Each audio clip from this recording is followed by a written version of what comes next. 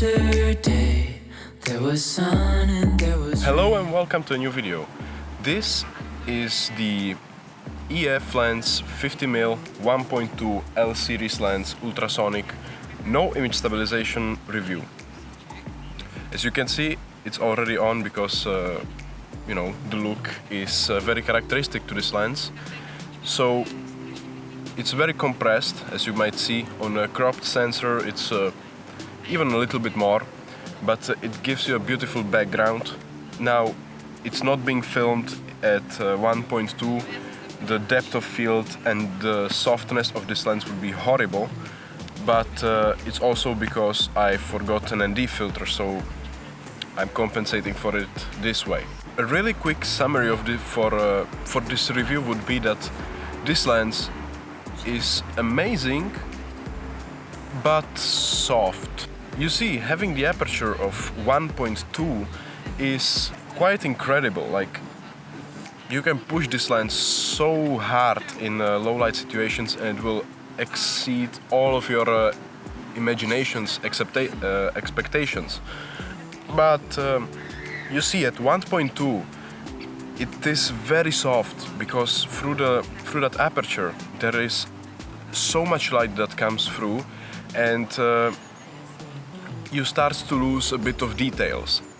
I'm not saying it's not sharp, but at such an aperture it is soft. That means that, for example, you might not get very sharp edges on portraits, you know, defined hairs and stuff like this. But this error gets fixed if you just close up the aperture to, for example, 1.4, or even better, for example, at 2, 1.8, something like this. But as you might be aware, you know, there are different Canon lenses that have 50mm, and that is the cheapest one, which goes for 3,500 crowns, and it is the 50mm 1.8, is the newest one. Then you have the middle ground, which is the 50mm 1.4 non-L series, which is 10,000 crowns. And then you have this at 36,000 crowns. You get the 50mm 1.2 L series, of course. But you know, there is a big price difference. This lens being almost quadruple the price of the 1.4, is it actually even worth it? Because, as I said, if you go all the way to 1.2, it starts to get soft. So buying the 1.4 is, in my opinion, a better buy, because it's cheaper and pretty much the value you get from it is almost the same. Why the 1.4 might be even more compelling is because of size. You see, since this is a 1.2, there is a lot of glass that is inside the lens to achieve such a wide aperture, which means it's quite heavy and also expensive. L series, you get also weather resistance, but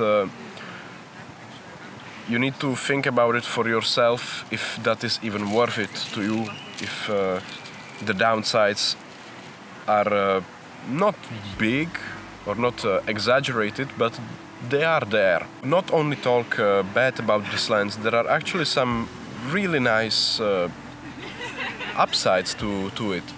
It's not only the looks, it looks gorgeous, I have to say. I love it.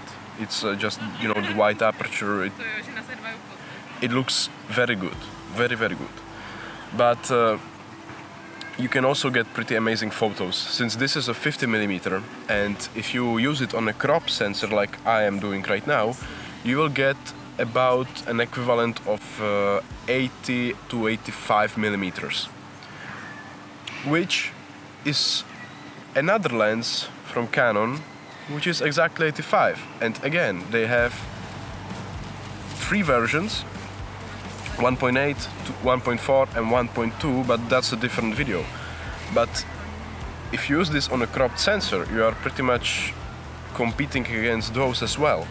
And those are great glass, so you need to also think about it. But again, the L series of the 85mm is twice the price of this one, so Once you go down with the aperture to about 2 or 2.8, I've also tried to take photos with the wide aperture, so you will be able to see how it looks.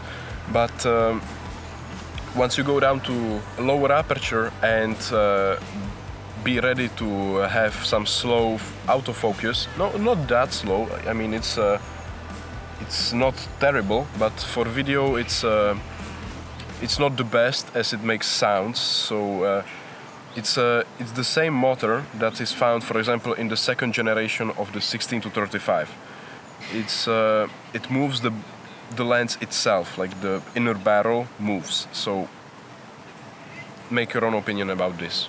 As you can see, this lens performs beautifully in low light situations. In fact, this photo was shot with a flash as well, so I gave it some light as well, but otherwise in low light this lens is amazing.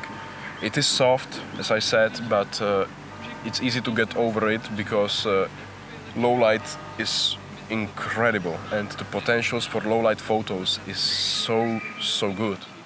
Also, since this is a 50mm, you will get some nice compression. It's not as harsh on full frames because you know, on a full frame this 50mm is it's something in the middle.